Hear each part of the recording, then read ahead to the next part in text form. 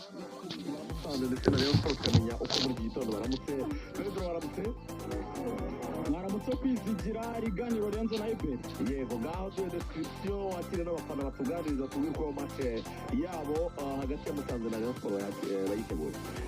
Nuko mu bigarutse birumvikana kwizigira murakoze cyane.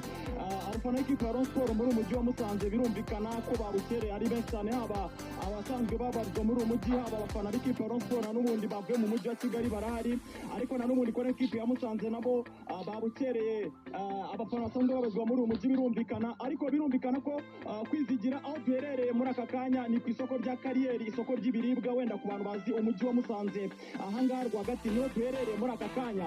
Ni ahantu hari abantu benshi cyane batandukanye, birumvikana ko harimo abamotari, harimo abakora akazi ko gutwara imizigo, birumvikana harimo abanyonzi n'abandi benshi bari mu maduka ari ahangaha ku isoko rya Kariyeri, biteguye nyine kuba baza kureba umukino uri buze guhuza ikipe ya Rayon Sports ndetse n'ikipe ya Musanze birumvikana.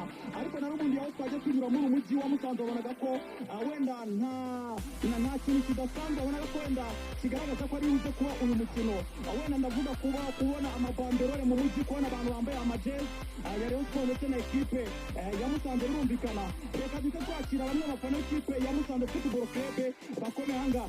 Uyu turi kubona witwa Sahani International, ni umufana wakomeye cyane w'ikipe ya Musanze. Sahani, amahoro umeze neza? Amahoro banyita Sahani Motari International. Rayon Sports maze ukwezi kose yitegura, ndayibutsa abafana bayo nabo turi kumwe bari kunyuma.